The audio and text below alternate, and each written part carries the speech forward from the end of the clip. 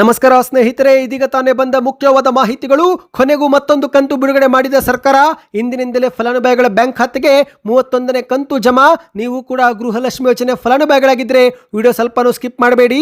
ರಾಜ್ಯದಲ್ಲಿ ತಾರಕ್ಕೇರುತ್ತಿರುವ ಬಿಡದಿ ಟೌನ್ಶಿಪ್ ವಿಚಾರ ಡಿಕೆ ಶಿವಕುಮಾರ್ ಮತ್ತು ಕುಮಾರಸ್ವಾಮಿ ಅವರ ನಡುವೆ ಮಾತಿನ ಚಕಮಕಿ. ಮಾಧ್ಯಮಗಳ ಮುಂದೆ ಡಿಕೆ ಶಿವಕುಮಾರ್ ಅವರು ಶಾಕಿಂಗ್ ಹೇಳಿಕೆ ಕೊಟ್ಟಿದ್ದಾರೆ. ಅಧಿಕಾರಿಗಳಿಗೆ ಹೊಡೆಯಬೇಡಿ, ಬೇಕಾದರೆ ನನಗೆ ಪೊರಕೆಯಲ್ಲಿ ಹೊಡೆಯಿರಿ ಎಂದು ಮಾಧ್ಯಮಗಳ ಮುಂದೆ ಕಣ್ಣೀರು ಹಾಕುತ್ತಾ ಭಾವುಕರಾಗಿ ಮಾತನಾಡಿದ್ದಾರೆ. ಯಾಕೇನಾಯ್ತು ನೋಡೋಣ. ಒಂದೇ ಒಂದು ಗುಂಟೆ ಜಮೀನು ಬಲವಂತವಾಗಿ ಕಿತ್ತುಕೊಳ್ಳಲ್ಲ ಎಂದು ಸಿಎಂ ಅವರು ಸ್ಪಷ್ಟನೆ ಕೊಟ್ಟಿದ್ದಾರೆ. ವಿಡಿಯೋನ ನೀವು ಸ್ವಲ್ಪನೂ ಸ್ಕಿಪ್ ಮಾಡಬೇಡಿ ಸ್ನೇಹಿತರೆ. ಮತ್ತೊಂದೆಡೆಯಲ್ಲಿ ಕರ್ನಾಟಕ ದೇವಾಲಯಗಳ ಕಾಣಿಕೆ ಹಣ ದೇವಸ್ಥಾನದ ಅಭಿವೃದ್ಧಿಗಳಿಗೆ ಮಾತ್ರ ಬಳಕೆ ಎಂದು ಉಪಮುಖ್ಯಮಂತ್ರಿ ಪರಮೇಶ್ವರ್ ಅವರ ಹೇಳಿಕೆ. ವಿಡಿಯೋನ ಶುರು ಮಾಡೋಕ್ಕೂ ಮೊದಲು ನೀವು ಸುದ್ದಿ ಸಮಯ ಯೂಟ್ಯೂಬ್ ಚಾನಲ್ಗೆ ಮೊದಲು ಬಾರಿ ಭೇಟಿ ಕೊಡ್ತಾ ಇದ್ರೆ ದಯವಿಟ್ಟು ಸಬ್ಸ್ಕ್ರೈಬ್ ಬಟನ್ ಕ್ಲಿಕ್ ಮಾಡಿಕೊಳ್ಳಿ. ಪಕ್ಕದಲ್ಲಿ ಕಾಣಿಸೋ ಗಂಟೆ ಕೂಡ ಒತ್ತಿದ್ರೆ ನಾವು ಹಾಕುವ ಎಲ್ಲ ಮಾಹಿತಿಗಳು ನಿಮಗೆ ಮೊದಲು ಬಂದು ಸಿಗುತ್ತವೆ.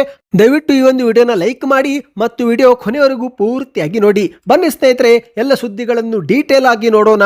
ನೀವು ಕೂಡ ಗೃಹಲಕ್ಷ್ಮಿ ಯೋಜನೆ ಫಲಾನುಭವಿಗಳಾಗಿದ್ರೆ ಈಗಲೇ ವಿಡಿಯೋಗೆ ಲೈಕ್ ಮಾಡಿ ಒಂದು ಬಾರಿ ನಿಮ್ಮ ಬ್ಯಾಂಕ್ ಖಾತೆಯನ್ನ ಚೆಕ್ ಮಾಡಿಕೊಳ್ಳಿ. ಯಾಕಂದ್ರೆ ಫಲಾನುಭವಿಗಳಿಗೆ 2,000 ರೂಪಾಯಿ ಜಮೆ ಆಗುವುದು ಶುರುವಾಗಿದೆ. ಹೌದು, ಉತ್ತರ ಕರ್ನಾಟಕದಲ್ಲಿ ಹುಬ್ಬಳ್ಳಿ, ಗದಗ, ಚಿತ್ರದುರ್ಗ ಸೇರಿದಂತೆ ಹಲವು ಜಿಲ್ಲೆಯ ಫಲಾನುಭವಿಗಳ ಖಾತೆಗೆ ಹಣ ಜಮಾ ಆಗುತ್ತಿರುವುದು ವರದಿಯಾಗಿದೆ ಸ್ನೇಹಿತರೆ. ಈ ಒಂದು ಕಂತು 31ನೇ ಕಂತು ಆಗಿದೆ ಎಂದು ಹೇಳಲಾಗ್ತಾ ಇದೆ. ನಿಮ್ಮ ಬ್ಯಾಂಕ್ ಖಾತೆಗೂ 2,000 ರೂಪಾಯಿ ಬಂದಿದ್ರೆ ದಯವಿಟ್ಟು ಕಮೆಂಟ್ ಅಲ್ಲಿ ತಿಳಿಸಿ ಸ್ನೇಹಿತರೆ. ಮಹತ್ವಾಕಾಂಕ್ಷಿ ಯೋಜನೆಯಲ್ಲಿ ಒಂದಾಗಿರುವ ಗೃಹಲಕ್ಷ್ಮಿ ಯೋಜನೆಯ 31ನೇ ಕಂತಿನ ಹಣ ಬಿಡುಗಡೆ ಮಾಡಲಾಗಿದೆ ಎಂದು ಚಿತ್ರದುರ್ಗ ಜಿಲ್ಲೆಯ ಗ್ಯಾರಂಟಿ ಯೋಜನೆಗಳ ಅನುಷ್ಠಾನ ಪ್ರಾಧಿಕಾರದ ಅಧ್ಯಕ್ಷರು ಆಗಿರುವ ಆರ್ ಶಿವಣ್ಣ ಗಂಜಿಗಟ್ಟಿಯವರು ಕೂಡ ಈ ಬಗ್ಗೆ ತಿಳಿಸಿದ್ದಾರೆ. ಚಿತ್ರದುರ್ಗ ಜಿಲ್ಲೆಯಲ್ಲಿ ಇಂದಿನಿಂದಲೇ ಫಲಾನುಭವಿಗಳ ಬ್ಯಾಂಕ್ ಖಾತೆಗೆ 31ನೇ ಕಂತು ಜಮಾ ಆಗುವ ಪ್ರಕ್ರಿಯೆ ಆರಂಭವಾಗಿದೆ.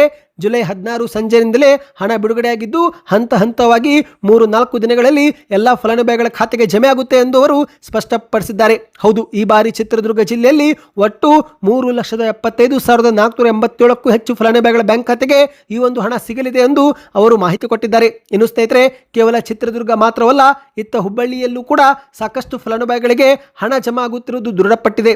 ಮಾಹಿತಿಯ ಪ್ರಕಾರ ರಾಜ್ಯದ 10 ಜಿಲ್ಲೆಗಳಲ್ಲಿ ಮೊದಲ ಹಂತದಲ್ಲಿ ಹಣವನ್ನು ಹಾಕಲಾಗುತ್ತಿದೆ. ನಿಮ್ಮ ಬ್ಯಾಂಕ್ ಖಾತೆಗೂ ಈ ಒಂದು ಕಂತು ಜಮಾ ಆಗ್ತಾ ಇದೆಯಾ? ಕಮೆಂಟ್ ಮಾಡಿ ಸ್ನೇಹಿತರೆ. ಹೌದು, ಇದೀಗ ಬೆಂಗಳೂರಿನ ಫಲಾನುಭವಿಗಳಿಗೆ 2,400 ಕೋಟಿ ರೂಪಾಯಿ ಹಣ ಬಿಡುಗಡೆ ಮಾಡಲಾಗಿದೆ ಎಂದು ಹೇಳಲಾಗಿದೆ. ಹೌದು, ಇದುವರೆಗೆ ಸ್ನೇಹಿತರೆ ಒಟ್ಟು 31 ಕಂತು ಬಿಡುಗಡೆ ಮಾಡುವ ಮೂಲಕ ಹರ ಫಲಾನುಭವಿಗಳ ಬ್ಯಾಂಕ್ ಖಾತೆಗೆ 62,000 ರೂಪಾಯಿ ಹಾಕಲಾಗಿದೆ ಎಂದು ಮುಖ್ಯಮಂತ್ರಿ ಡಿಕೆ ಶಿವಕುಮಾರ್ ಅವರು ಮಾಹಿತಿ ಕೊಟ್ಟಿದ್ದಾರೆ. ಹೌದು, ಗೃಹಲಕ್ಷ್ಮಿ ಯೋಜನೆಯಡಿಯಲ್ಲಿ ರಾಜ್ಯ ಸರ್ಕಾರ ಇದುವರೆಗೆ 74,650 ಕೋಟಿ ಹಣ ಖರ್ಚು ಮಾಡಿದೆ ಎಂದು ಸಿಎಂ ಡಿಕೆ ಶಿವಕುಮಾರ್ ಅವರು ಹೇಳಿಕೆ ಕೊಟ್ಟಿದ್ದಾರೆ. ಫಲಾನುಭವಿಗಳು ಕುಟುಂಬದ ದೈನಂದಿನ ಖರ್ಚು, ಮಕ್ಕಳ ಶಿಕ್ಷಣ, ಆರೋಗ್ಯ, ಆಹಾರ ಸೇರಿದಂತೆ ಇತರೆ ಅಗತ್ಯಗಳಿಗೆ ಹಣವನ್ನು ಬಳಕೆ ಮಾಡಿಕೊಳ್ಳಬೇಕು ಎಂದು ಸಿಎಂ ಡಿಕೆ ಶಿವಕುಮಾರ್ ಅವರು ಹೇಳಿದ್ದಾರೆ. ಹಾಗಾಗಿ ಸ್ನೇಹಿತರೆ, ನಿಮ್ಮ ಬ್ಯಾಂಕ್ ಖಾತೆಗೆ 2,000 ರೂಪಾಯಿ ಜಮಾ ಆಗಿದೆಯಾ? ಒಂದು ಬಾರಿ ಚೆಕ್ ಮಾಡಿ ಮತ್ತು ಕಮೆಂಟ್ ಮಾಡಿ ತಿಳಿಸಿ. ಇದರಿಂದ ನಮಗೂ ಕೂಡ ಒಂದು ಉತ್ತಮ ಫೀಡ್ಬ್ಯಾಕ್ ಸಿಗುತ್ತೆ. ಬನ್ನಿ ಗೆಳೆಯರೆ, 2ನೇ ಮಾಹಿತಿಗೆ ಹೋಗೋಣ. ಇದೀಗ ಬಿಡದಿ ಟೌನ್ಶಿಪ್ ವಿಚಾರ ದಿನದಿಂದ ದಿನಕ್ಕೆ ತೀವ್ರ ಸ್ವರೂಪ ಪಡೆದುಕೊಳ್ಳುತ್ತಾ ಇದ್ದು, ಇತ್ತ ಮುಖ್ಯಮಂತ್ರಿ ಡಿಕೆ ಶಿವಕುಮಾರ್ ಮತ್ತು ಕೇಂದ್ರದ ಸಚಿವ ಕುಮಾರಸ್ವಾಮಿ ಅವರ ನಡುವೆ ಮಾತಿನ ಚಕಮಕಿ ಶುರುವಾಗಿದೆ. ಹೌದು ಗೆಳೆಯರೆ, ಬಿಡದಿ ಟೌನ್ಶಿಪ್ ಯೋಜನೆ ಕುರಿತಂತೆ ಡಿಕೆ ಶಿವಕುಮಾರ್ ಮತ್ತು ಎಚ್.ಡಿ. ಕುಮಾರಸ್ವಾಮಿ ಅವರ ನಡುವೆ ವಾದವಿವಾದ ಶುರುವಾಗಿದೆ. ಬೆಂಗಳೂರಲ್ಲಿ ಸುದ್ದಿಗೋಷ್ಠಿಯಲ್ಲಿ ಡಿಕೆ ಶಿವಕುಮಾರ್ ಅವರು ಕುಮಾರಸ್ವಾಮಿ ಅವರ ವಿರುದ್ಧ ಗುಡುಗಿದ್ರೆ, ಅತ್ತ ಕುಮಾರಸ್ವಾಮಿ ಅವರು ದೆಹಲಿಯಿಂದಲೇ ತಿರುಗೇಟು ಕೊಟ್ಟಿದ್ದಾರೆ. ಹೌದು, ಇತ್ತೀಚೆಗೆ ಬೆಂಗಳೂರಲ್ಲಿ ಮಾತನಾಡಿದಂತ ಮುಖ್ಯಮಂತ್ರಿ ಡಿಕೆ ಶಿವಕುಮಾರ್ ಅವರು ಕುಮಾರಸ್ವಾಮಿ ಅವರೇ, ನೀವು ಮಾಡಿದ್ದು ರಿಯಲ್ ಎಸ್ಟೇಟ್ ಅಲ್ಲವೇ ಎಂದು ಪ್ರಶ್ನೆ ಮಾಡಿದ್ದಾರೆ. ಜೈಲಿಗೆ ಹೋಗುವ ದಿನ ಹತ್ತಿರ ಬಂದಿದೆ ಎಂದು ಕುಮಾರಸ್ವಾಮಿ ನನ್ನ ಬಗ್ಗೆ ಹೇಳುತ್ತಿದ್ದಾರೆ. ಆಯಿತು, ನಾನು ಸಿದ್ಧನಿದ್ದೇನೆ. ಈಗಾಗಲೇ ನಾನು ಜೈಲಿಗೆ ಹೋಗಿ ಬಂದವನು, ಕೃಷ್ಣನ ಜನ್ಮಸ್ಥಳದಲ್ಲಿ ಇದ್ದವನು ನಾನು. ಕುಮಾರನನ್ನು ಕೂಡ ಬಂದು ನನಗೆ ಆವಾಗ ಭೇಟಿಯೂ ಕೂಡ ಮಾಡಿದ್ರು. ಈಗ ನನ್ನನ್ನು ಮತ್ತೊಮ್ಮೆ ಜೈಲಿಗೆ ಕಳುಹಿಸಬೇಕು ಎಂಬ ಸಂಕಲ್ಪ ಅವರು ಮಾಡಿದ್ದು, ಆ ಒಂದು ಸಂಕಲ್ಪ ಅವರು ಮುಂದುವರಿಸಲಿ. ತಮ್ಮ ಕಣ್ಣೆದುರು ಮತ್ತೊಬ್ಬರು ಬೆಳೆಯಬಾರದು ಎಂಬ ಅಸೂಯೆ ಇದಕ್ಕೆಲ್ಲ ಕಾರಣ ಎಂದು ಕುಮಾರಸ್ವಾಮಿ ವಿರುದ್ಧ ಡಿಕೆ ಶಿವಕುಮಾರ್ ಅವರು ಟಾಂಗ್ ಕೊಟ್ಟಿದ್ದಾರೆ. ಬಿಡದಿ ಟೌನ್ಶಿಪ್ಗೆ 2006ರಲ್ಲಿ ಅಧಿಸೂಚನೆ ಹೊರಡಿಸಿದ್ದೆ ಕುಮಾರಸ್ವಾಮಿ. DLFನಿಂದ 400 ಕೋಟಿ ಕಟ್ಟಿಸಿಕೊಂಡು ಟೌನ್ಶಿಪ್ ನಿರ್ಮಾಣದ ಜವಾಬ್ದಾರಿ ನೀಡಲು ಮುಂದಾಗಿದ್ದರು. 15 ದಿನಗಳಲ್ಲಿ ಭದ್ರತಾ ಠೇವಣಿ ಕಟ್ಟುವಂತೆ ಪತ್ರವು ಕೂಡ ಬರೆದಿದ್ರು. ಆಗ ಕುಮಾರಸ್ವಾಮಿ ಅವರಿಗೆ DLF ಒಂದು ರಿಯಲ್ ಎಸ್ಟೇಟ್ ಕಂಪನಿ ಅಂತ ಗೊತ್ತಿರಲಿಲ್ಲವೇ ಎಂದು ಕುಮಾರಸ್ವಾಮಿ ಅವರಿಗೆ ಟಾಂಗ್ ಕೊಟ್ಟಿದ್ದಾರೆ. ಮತ್ತು ಇದೇ ನಡುವೆ ಸ್ನೇಹಿತರೆ, ಇತ್ತೀಚೆಗೆ ಸರ್ವೆಗೆಂದು ಹೋದಂತ ಅಧಿಕಾರಿಗಳಿಗೆ ಮಹಿಳೆಯರು ಪೊರಕೆ ಬಿಸಿ ಮುಟ್ಟಿಸಿದ್ದು, ಈ ಬಗ್ಗೆ ಡಿಕೆ ಶಿವಕುಮಾರ್ ಅವರು ಭಾವುಕರಾಗಿ ಮಾತನಾಡಿದ್ದಾರೆ. ಬಿಡದಿ ಸುತ್ತಲ ಗ್ರಾಮಗಳ ತಾಯಂದಿರು ಯಾವುದೇ ಅಧಿಕಾರಿಗಳಿಗೂ ಪೊರಕೆ ಏಟು ಹೊಡೆಯುವ ಅಗತ್ಯವಿಲ್ಲ. ನಾನು ತಪ್ಪು ಮಾಡಿದರೆ ನನಗೇನೆ ಹೊಡೆಯಲಿ. ಇನ್ನು ದೇವೇಗೌಡವರು ಗಾಂಧಿ ಪ್ರತಿಮೆ ಕುಳಿತು ಹೋರಾಟ ಮಾಡುವುದಾಗಿ ಹೇಳಿದ್ದಾರೆ. ಅವರ ಇಳಿ ವಯಸ್ಸಿನಲ್ಲಿ ಗಾಂಧಿಯ ಪ್ರತಿಮೆ ಮುಂದೆ ಧರಣಿ ಕೂರಿಸಿ ಅವರ ಮನಸ್ಸು ನೋಯಿಸಲು ನನಗೆ ಇಷ್ಟವಿಲ್ಲ ಎಂದು ಡಿಕೆ ಶಿವಕುಮಾರ್ ಅವರು ಹೇಳಿದ್ದಾರೆ. ಬಿಡದಿ ರೈತರನ್ನ ಒಕ್ಕಲೆಬ್ಬಿಸಲು ಬಿಜೆಪಿ ಜೆಡಿಎಸ್ ನೇತೃತ್ವದ ಸರ್ಕಾರದ ಅವಧಿಯಲ್ಲೇ ಯತ್ನ ನಡೆದಿತ್ತು. ರೈತರ ಭೂಮಿ ಖಾಸಗಿ ಸಂಸ್ಥೆಗಳಿಗೆ ಹಸ್ತಾಂತರಿಸಲು ಕುಮಾರಸ್ವಾಮಿಯವರೇ ಅಧಿಕಾರಿಗಳಿಗೆ ನಿರ್ದೇಶನ ನೀಡಿದ್ರು. ಅದು ರಿಯಲ್ ಎಸ್ಟೇಟ್ ದಂಧೆಯಾ ಅಥವಾ ಕುಮಾರಸ್ವಾಮಿ ಕುಟುಂಬದ ದಂಧೆಯಾ ಎಂದು ಡಿ.ಕೆ. ಶಿವಕುಮಾರ್ ಅವರು ಪ್ರಶ್ನೆ ಮಾಡಿದ್ದಾರೆ. ಮತ್ತು ಸ್ನೇಹಿತರೆ, ಇದೇ ವೇಳೆ ಭಾವುಕರಾದಂಥ ಡಿ.ಕೆ. ಶಿವಕುಮಾರ್ ಅವರು ಯಾವುದೇ ಕಾರಣಕ್ಕೂ ಅಧಿಕಾರಿಗಳಿಗೆ ಹೊಡೆಯಬೇಡಿ ಎಂದು ಮನವಿ ಮಾಡಿದ್ದಾರೆ. ಹೌದು, ಇತ್ತೀಚೆಗೆ ಬಿಡದಿ ಟೌನ್ಶಿಪ್ಗೆ ಯೋಜನೆಗೆ ಸಂಬಂಧಿಸಿದಂತೆ ಮಂಡಲಹಳ್ಳಿಯಲ್ಲಿ ಸರ್ವೆಗೆ ಹೋದಂಥ ಅಧಿಕಾರಿಗಳ ಮೇಲೆ ಹಲ್ಲೆ ನಡೆದಿದ್ದು, ಈ ಬಗ್ಗೆ ಡಿ.ಕೆ. ಶಿವಕುಮಾರ್ ಅವರು ತೀವ್ರ ಬೇಸರ ವ್ಯಕ್ತಪಡಿಸಿದ್ದಾರೆ. ಅಧಿಕಾರಿಗಳ ಮೇಲೆ ಹಲ್ಲೆ ನಡೆಸುವುದು ಸರಿಯಲ್ಲ, ಬೇಕಾದರೆ ನನಗೆ ಪೊರಕೆಯಲ್ಲಿ ಹೊಡೆಯಿರಿ, ತಪ್ಪು ಮಾಡಿದರೆ ನನಗೇನೆ ಹೊಡೆಯಲಿ, ಆದರೆ ಅಧಿಕಾರಿಗಳಿಗೆ ದಯವಿಟ್ಟು ಹೊಡೆಯಬೇಡಿ ಎಂದು ಭಾವುಕರಾಗಿ ಮಾತನಾಡಿದ್ದಾರೆ. ಬಿಡದಿಯಲ್ಲಿ ನಡೆದಂಥ ಘಟನೆ ನನ್ನ ಮನಸ್ಸಿಗೆ ತುಂಬಾ ನೋವು ತಂದಿದೆ. ರಾಜಕೀಯ ಪ್ರೇರಿತ ಕುಮ್ಮಕ್ಕಿನಿಂದ ಅಧಿಕಾರಿಗಳಿಗೆ ತೊಂದರೆ ಕೊಡಲಾಗುತ್ತಿದೆ. ರೈತರನ್ನು ತಪ್ಪು ದಾರಿಗೆ ಎಳೆಯುವ ಸಂಚು ನಡೀತಾ ಇದೆ.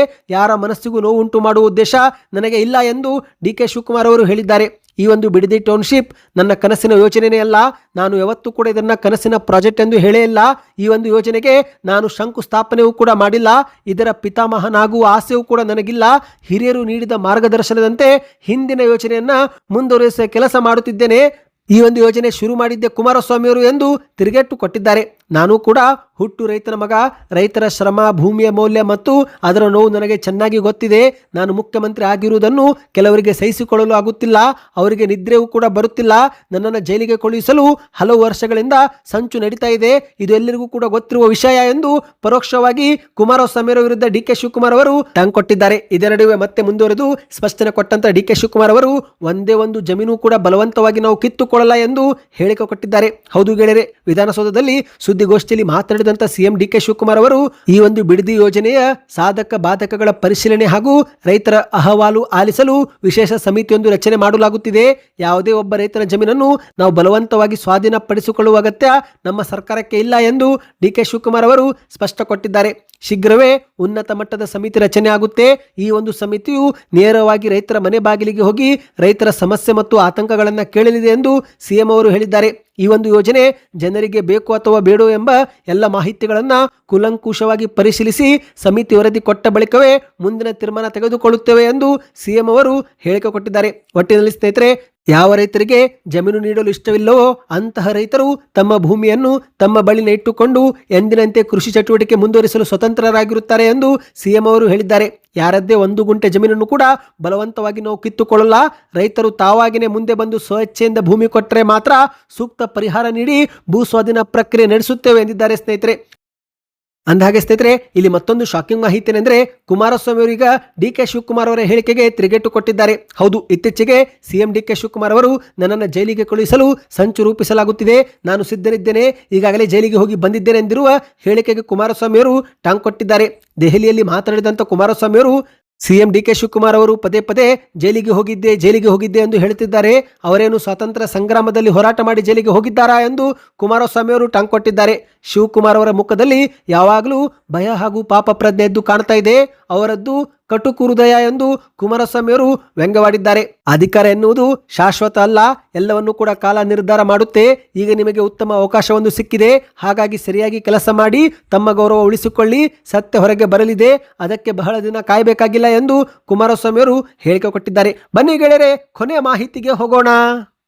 ಇದೀಗ ರಾಜ್ಯದಲ್ಲಿನ ದೇವಾಲಯಗಳ ಕಾಣಿಕೆ ಹಣ ದೇವಸ್ಥಾನದ ಅಭಿವೃದ್ಧಿಗೆ ಮಾತ್ರ ಬಳಕೆ ಎಂದು ಉಪಮುಖ್ಯಮಂತ್ರಿ ಪರಮೇಶ್ವರ್ ಅವರು ಹೇಳಿಕೆಯನ್ನು ಕೊಟ್ಟಿದ್ದಾರೆ. ಹೌದು, ಕರ್ನಾಟಕದ ಮುಜರಾಯಿ ಇಲಾಖೆಗೆ ಒಳಪಡುವ ಎಲ್ಲಾ ದೇವಸ್ಥಾನಗಳಿಗೆ ಭಕ್ತರು ಭಕ್ತಿಯಿಂದ ಅರ್ಪಿಸುವ ಕಾಣಿಕೆ ಹಣವನ್ನು ಕೇವಲ ಆಯಾ ದೇವಾಲಯಗಳ ಸಮಗ್ರ ಅಭಿವೃದ್ಧಿ ಮತ್ತು ಮೂಲಸೌಕರ್ಯ ಕಾರ್ಯಗಳಿಗೆ ಮಾತ್ರ ಬಳಕೆ ಮಾಡಲಾಗುತ್ತೆ ಎಂದು ಉಪಮುಖ್ಯಮಂತ್ರಿ ಪರಮೇಶ್ವರ್ ಅವರು ಶಿವಮೊಗ್ಗ ಜಿಲ್ಲೆಯಲ್ಲಿ ಮಾಧ್ಯಮಗಳ ಮುಂದೆ ಮಾತನಾಡಿದ್ದಾರೆ. ಧಾರ್ಮಿಕ ಸಂಸ್ಥೆಗಳ ಆದಾಯ ನಿರ್ವಹಣೆಯಲ್ಲಿ ಸಂಪೂರ್ಣ ಪಾರದರ್ಶಕತೆ ಕಾಯ್ದುಕೊಳ್ಳಲು ನಮ್ಮ ಸರ್ಕಾರ ಈಗ ಮಹತ್ವದ ನಿರ್ಧಾರ ಕೈ ತೆಗೆದುಕೊಂಡಿದೆ. ಕರ್ನಾಟಕದಲ್ಲಿ ಸದ್ಯ ಮುಜರಾಯಿ ಇಲಾಖೆ ವ್ಯಾಪ್ತಿಯಲ್ಲಿ ಸುಮಾರು 39,000 ದೇವಸ್ಥಾನಗಳಿದ್ದು, ಇವುಗಳಲ್ಲಿ ಎ ವರ್ಗಕ್ಕೆ ಸೇರಿದಂಥ ಪ್ರಮುಖ ದೇವಾಲಯಗಳಿಗೆ ಭಕ್ತರಿಂದ ದೊಡ್ಡ ಪ್ರಮಾಣದಲ್ಲಿ ಆದಾಯ ಹರಿದು ಬರ್ತಾ ಇದೆ.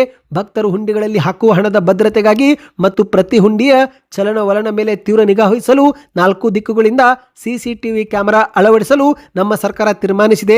ಈ ಎಲ್ಲ ದೃಶ್ಯಾವಳಿಗಳನ್ನು ಇಲಾಖೆಯ ಕೇಂದ್ರ ಕಚೇರಿಯಿಂದಲೇ ನೇರವಾಗಿ ವೀಕ್ಷಿಸಲು ಅತ್ಯಾಧುನಿಕ ನಿಯಂತ್ರಣ ಕೊಠಡಿಯೂ ಕೂಡ ಸ್ಥಾಪಿಸುತ್ತೇವೆ ಎಂದು ಡಿಸಿಎಂ ಪರಮೇಶ್ವರ್ ಅವರು ಹೇಳಿಕೆ ಕೊಟ್ಟಿದ್ದಾರೆ. ದೇವಾಲಯಗಳಲ್ಲಿ ಪದೇ ಪದೇ ಸಂಭವಿಸುತ್ತಿರುವ ಕಾಣಿಕೆ ಹುಂಡಿ ಕಳ್ಳತನ ಪ್ರಕರಣ ಬ್ರೇಕ್ ಹಾಕಲು ಮತ್ತು ಒಟ್ಟಾರೆಯಾಗಿ ಎಲ್ಲವನ್ನೂ ಕೂಡ ನಿರ್ವಹಣೆಯಲ್ಲಿ ಕಂಡುಬರುತ್ತಿರುವ ದುರುಪಯೋಗವನ್ನು ಕೂಡ ಸಂಪೂರ್ಣವಾಗಿ ತಡೆಗಟ್ಟಲು ನಾವೀಗ ಹೈಟೆಕ್ ಕಣ್ಗಾವಲು ವ್ಯವಸ್ಥೆ ಜಾರಿಗೆ ತರುತ್ತಿದ್ದೇವೆ. ತಿರುಪತಿ ಸೇರಿದಂತೆ ಹೊರ ರಾಜ್ಯಗಳ ಪ್ರಮುಖ ಧಾರ್ಮಿಕ ದೇವಸ್ಥಾನಗಳಲ್ಲಿ ಕರ್ನಾಟಕದ ಮುಜರಾ ಇಲಾಖೆಗೆ ಸೇರಿದ ಕೋಟ್ಯಾಂತರ ರೂಪಾಯಿ ಮೌಲ್ಯದ ಆಸ್ತಿ ಪಾಸ್ತಿಗಳನ್ನು ಕೂಡ ಗುರುತಿಸಿ ಅವುಗಳನ್ನು ಕಾನೂನಾತ್ಮಕವಾಗಿ ಸಂರಕ್ಷಿಸಲು ನಮ್ಮ ಸರ್ಕಾರ ವಿಶೇಷ ಕ್ರಮ ತೆಗೆದುಕೊಳ್ಳುತ್ತಿದೆ ಎಂದು ಮಾಹಿತಿ ನೀಡಿದ್ದಾರೆ. ಸದ್ಯಕ್ಕಷ್ಟೇ ಸ್ನೇಹಿತರೆ, ಈ ಮಾಹಿತಿ ನೀವು ಪೂರ್ತಿಯಾಗಿ ನೋಡಿದರೆ ದಯವಿಟ್ಟು ಸಬ್ಸ್ಕ್ರೈಬ್ ಬಟನ್ ಕ್ಲಿಕ್ ಮಾಡಿ ಮತ್ತು ವಿಡಿಯೋಗೆ ಲೈಕ್ ಮಾಡಿ.